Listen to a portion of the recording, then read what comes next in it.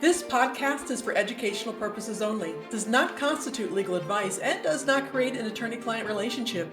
If you need legal assistance about a legal problem, contact an attorney. Welcome back to Know Your Regulator, the podcast that inspires you to engage. I am your host, Simone Murphy, and co-hosting with me today is MJ Hooper. Hey, MJ. Hey, Miss Simone. In our last episode, we focused on licensing with the Texas Board of Chiropractic Examiners, or TBCE. We learned what it takes to obtain and renew your license, but what does it take to maintain your license? We have General Counsel Joseph McLaughlin with us today. Joseph, as General Counsel and former Director of Enforcement for TBCE, can you tell us some of the things that can trigger an investigation? Yes, so according to our most recent compliance and investigations report, our three most common complaints are billing violations, standard of care violations, and patient records violations. Now, each of these three broad categories includes multiple different types of violations. Billing violations can include insurance fraud, charging clearly excessive amounts, billing for services not rendered, or just submitting a bill for treatment that the provider should reasonably know is improper or unreasonable or medically unnecessary. Standard of care violations really kind of run the gamut, but they ultimately boil down to the same issue. And for our agency, that would be that the chiropractor in question failed to meet the standard of care that is expected of a doctor of average skill and experience. So this is typically where you're going to see allegations of injuries to a patient during treatment, failures to properly evaluate patients, or just ineffective or non-therapeutic treatment. And then finally, patient record violations are typically going to fall into one of two categories. It's either going to be that the doctor failed to properly document a doctor-patient encounter, or that they're failing to provide records after a proper request from a patient or somebody else that has the authority to make that request. Interesting. And Joe, would you say most of the complaints are filed by other patients or staff or other professionals? Most of the complaints we receive are going to be filed by patients. We are what you'll sometimes hear referred to as a complaint-driven agency. So what that means is that really we're only going to be looking into a doctor or taking action against someone because we received a complaint. We're not the type of agency that goes out there and is kind of hunting for stuff.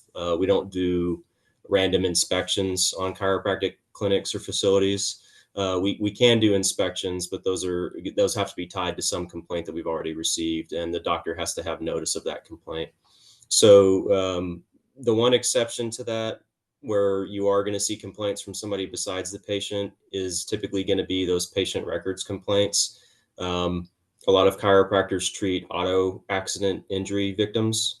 Okay. And so a lot of times that patient's attorney is going to be requesting the records on their behalf. And sometimes disputes will arise between the chiropractor and the attorney. Right. And so sometimes the attorney will be filing that complaint. And I guess actually one other exception I would say is we'll get advertising complaints.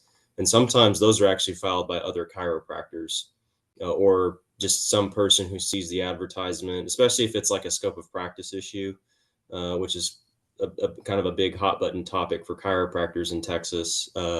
You'll see, like I said, other chiropractors are just random people who saw the advertisement and see something that they think is outside of scope or something that's wrong or misleading, and they'll file the complaint. Interesting. Yeah, that is interesting. And really, again, really good information to know so that those chiropractors can have their heads, on a swivel and kind of be very mindful about the way that they practice, and especially keeping the records, keeping those ducks in a row and making sure that they're organized. Can you walk us through a typical complaint process and tell us kind of what a license holder may expect if they do receive a complaint against their license? Sure. So our doctors will always be notified of a complaint by a letter that they're going to receive in the mail. that kind of shows the importance right there of keeping your contact information up to date with us, because if we have an old out of date mailing address on file, you're not going to get the notice of complaint, and then you're not going to be able to respond, which means you can't defend yourself and potentially get the complaint dismissed. So that's critical. We always mail 2 copies of the notice of complaint. We send one by regular mail and one by certified mail. We do not provide the doctor a copy of the complaint or directly identify the person who filed the complaint, but we do summarize the allegations and list the specific statutes or rules that we think might have been violated. So the first step for us when we receive a complaint is the investigator is going to analyze it, maybe ask some follow-up questions of the person who filed the complaint, and then they're going to draft that notice of complaint letter. In the notice of complaint, we will request a written response to the allegations, as well as any relevant patient records or other documents that we need. If we're talking about an advertising issue, we might ask for a copy of the advertisement or something along those lines. If you have malpractice insurance, for all the practitioners that are out there listening, this is where you would contact your carrier so they can assign you an attorney to help defend you. At this point, this is where the investigator might need to, interview the chiropractor or any other witnesses. And they also might need to request a standard of care review report. So, earlier I mentioned that standard of care complaints are, a big part of our complaint load. And so we have actually an in-house dedicated expert reviewer who's been licensed as a chiropractor with an impeccable record for a long time. That is who would prepare that report, after reviewing records, making sure that the chiropractor actually met the standard of care. And then once the investigation is completed, the investigator's report is going to be reviewed by the TBCE's enforcement committee. So that's, our board of examiners is 9 members, and 3 of them are the enforcement committee. And the enforcement committee are the ones that make the initial determination of whether there's been any violations that have occurred. And then they also recommend a penalty. And so at this stage, the enforcement committee might choose to dismiss a case. The case might have been dismissed at some point in the investigative process for various reasons.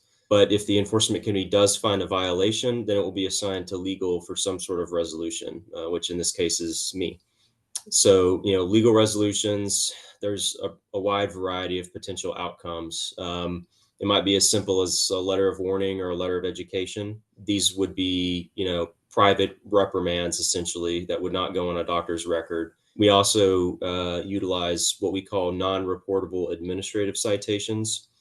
You can kind of think of these like a speeding ticket. You would have to pay us a fine. These can only be used for violations that don't really involve patient care in any way. And so those don't need to be reported to national databases. And so we basically just do a private fine for those cases. But if you're talking about something that does involve patient care and is going to go on the doctor's permanent record, then that has to be resolved using some type of a formal board order.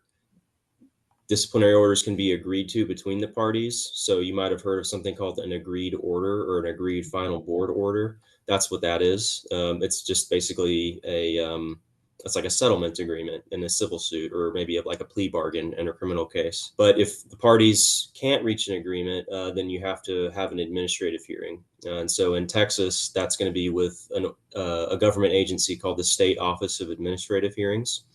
And so an administrative law judge would be assigned to the case, and then you would basically have a trial, very similar to what you would see in district court and civil district court in Texas. Same rules of evidence, same rules of civil procedure.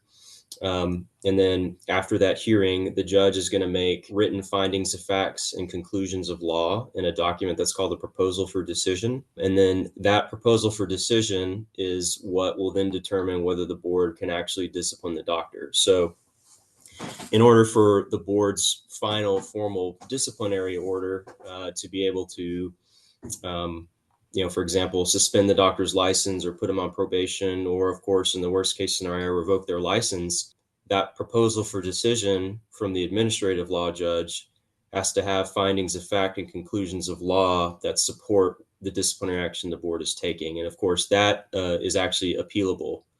So that's kind of the final step in the process, is those orders can be appealed to district court in Travis County. At that point, the cases are actually taken over by the Attorney General's office. And so that's what you'd be dealing with. You wouldn't be really dealing with me anymore at that point. So. Yeah. Wow. And then I know I was about to say it's a long process, it sounds like, and it sounds like there's, a good opportunity for the license holder to have their day in court and, be able to state their case and defend their license. Yeah. And I also wanted to point out that, with those standard of care issues, that it's not just an executive who is reviewing this, right, and making those decisions. It's someone who is a licensed chiropractor that is reviewing that. And I think it's really important that license holders know that there is, the person who's reviewing the standard of care is someone who has been in your exact job Field. role before. So that's, very important. Yeah, and if I could add to that, I would just say, that this concept of like due process of what you're talking about having your day in court, that's fundamental um, to the American justice system, really, is the easiest way to put it. And that's something that our agency takes very seriously. And you wouldn't just even have the standard of care reviewer reviewing your case. There's also two members of the enforcement committee that are chiropractors. And again, these are experienced professionals that have been there before. They know what to look for when you're dealing with an allegation of, oh, my doctor hurt me. Yeah. There's a whole litany of steps and best practices and standards of care that the doctors are supposed to follow. And so that's who, when you're talking about reviewing a case, that's who's making those determinations. And then again, if it does have to go to administrative hearing, all of that has to be put on as expert evidence, right? That has to all be explained to the administrative law judge. So they're making not only an independent decision that's free of any influence from the board or anything like that, but also an informed decision on the case, that they actually know what these standards of care are and that they actually know what the laws say and require of the doctors. So, I might be a little biased, but I think that our process is extremely fair and gives doctors every opportunity to get their case heard and to get it resolved in a way that's fair to them. And you mentioned a few minutes ago that it's a long process, and it can be, certainly, if you go all the way to an administrative hearing. I mean, that could potentially take years. Months.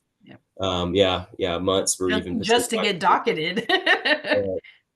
But there's so many steps before that where the case can be dismissed. I mean, we've literally intaked cases and then immediately dismissed them because it was clear from the surface of the complaint that it was a meritless complaint, or there just wasn't anything about it that was under our jurisdiction.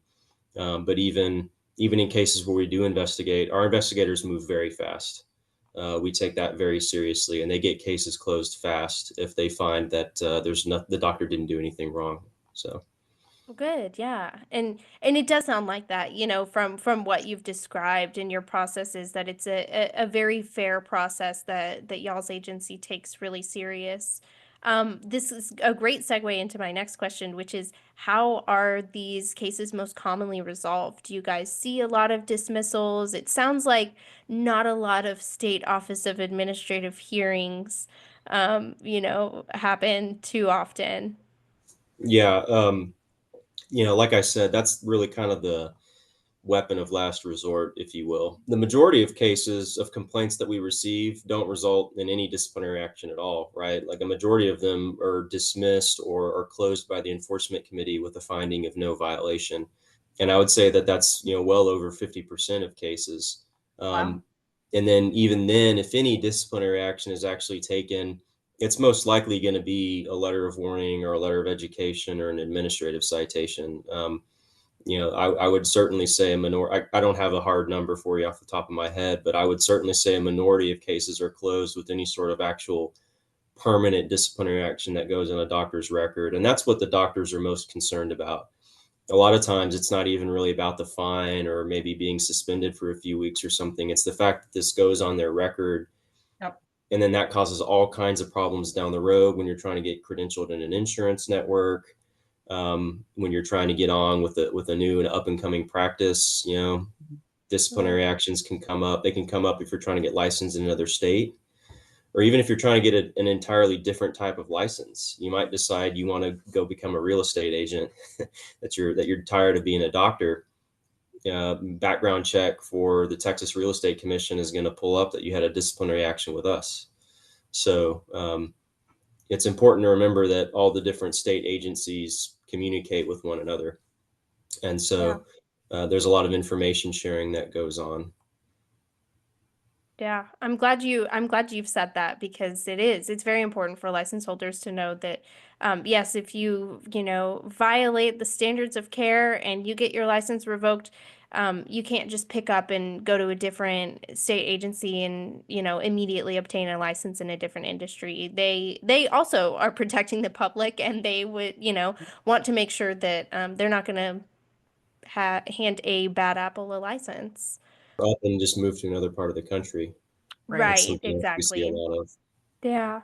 But from what it sounds like, though, it sounds like chiropractors in Texas generally pretty well-behaved group of people. It sounds like there aren't too many getting in trouble and committing, egregious, terrible, malicious acts. For our license holders who do want to be proactive instead of reactive, what are the most common issues that you see come up, and what recommendations do you have to avoid those issues? So not keeping proper patient records is a major problem. So anytime we have to review a patient's records, which is really, typically a majority of the complaints we receive, we're going to check them for compliance with our record keeping rule, regardless of, whether or not that's what the patient's alleging is an issue. And so if we're reviewing records and we see there's notes that are just not being included entirely, or it's obvious that you're dealing with like cookie cutter type notes for the patient records, that's going to be a violation of our patient record keeping rule. And even if the chiropractor otherwise did nothing wrong, we're going to have to potentially take disciplinary action on that. Another issue that we commonly see, I kind of touched on this a little bit earlier, is the issue with advertising for services that are outside the scope for chiropractors. This is mainly going to consist of offers to treat conditions that aren't related to the musculoskeletal system at all. In Texas, the scope of practice for chiropractors is restricted to the musculoskeletal system of the human body. That's actually kind of another important point. I don't know if y'all know this at all, but animal chiropractic is a real thing, and I have not heard of that. That's it's crazy. it's important in Texas too. I'm not just talking about dogs and cats. I'm talking about livestock, large Oh, animals. okay. And so in Texas, any type of care provided to an animal is strictly the jurisdiction of the veterinarians. And so in order for a chiropractor to provide animal chiropractic in Texas, that they have to basically receive a referral from a veterinarian. But as far as humans go, it's strictly going to be the musculoskeletal system and then the nerves that are related to the musculoskeletal system. And so, we'll see advertisements for chiropractors who say that, regular adjustments can help with ADHD, or they can help with GI issues or ear infections, all these kinds of things. And those are advertising services that are outside the scope. It's not the actual adjustments that are outside the scope, but it's what you're saying that the services that you can provide can do, how they can help and treat a person. And just kind of the way that the statute that establishes the scope in Texas is written, that's going to be considered advertising outside scope.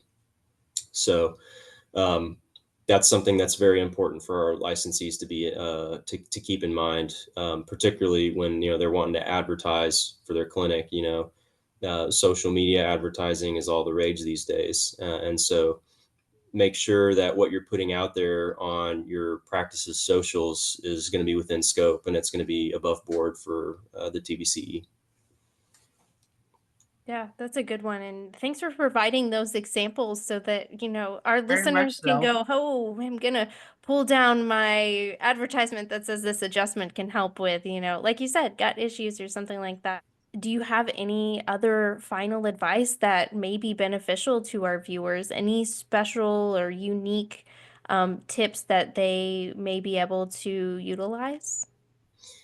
Yeah, absolutely. You know, one of the big things, and I think I maybe touched on this a little bit at the very beginning, is making sure that you have up-to-date contact info with us. Because again, if we get a complaint and we can't actually notify you of the complaint, that's going to be a default, which most of the time actually results in a license revocation. And unfortunately, I have actually revoked someone's license before, having nothing to do with the complaint, just the fact that they weren't able to respond to the Wow. complaint at all. And that's all we can really do in a situation like that. Right. Um, Something else that I think is important to stress is, in Texas, ownership of chiropractic clinics is not restricted to chiropractors. And so we've had kind of an increasing issue with folks that have an ownership interest in a clinic or own it entirely, who are basically instructing their doctors and staff to do things that are, illegal, whether you're talking about billing fraud or advertising services that are outside the scope. They're basically um, trying to argue that they're, outside of our jurisdiction. And so the people that end up having to take the blame for any violations are the doctors. Those are the only people that actually have a license with us that we can really enforce. So it's important to be mindful of what your ownership or your management is saying and telling you. And if they're telling you to do something illegal, even if it's, might potentially cost you your job, you have to get out of there, because otherwise you're talking about your license. It's your professional reputation that's on the line. That's something to be very mindful of. And then the last thing I want to just tell anybody who's listening is, if you ever have any questions, please contact us. You can ask us anything, and we would always rather be able to answer a question and tell you, no, that's not really legal, than to find out after the fact in a complaint that we're having to investigate. Um, you can always pick up the phone and call us. We are a small agency. We don't have a very big staff, but we actually really try and prioritize customer service. And so if the person that you talk to isn't able to answer your question, they'll get a hold of somebody who can, or they'll transfer you. And we're always going to follow up on a voicemail or an email too. So just don't be afraid to ask. That's really probably the single most important piece of advice I can give anyone listening. Yes, and we support that. We want you to reach out to your regulatory agency and ask them the questions. We want you to get engaged and stay informed. Well, thank you again, Joe, so much for joining us this afternoon and taking the time to share your knowledge with us. Again, for more information on this topic, you can visit the TBCE website linked in the description below. And until next time, stay informed and continue engaging with your regulatory agency. Know Your Regulator, the podcast that inspires you to engage.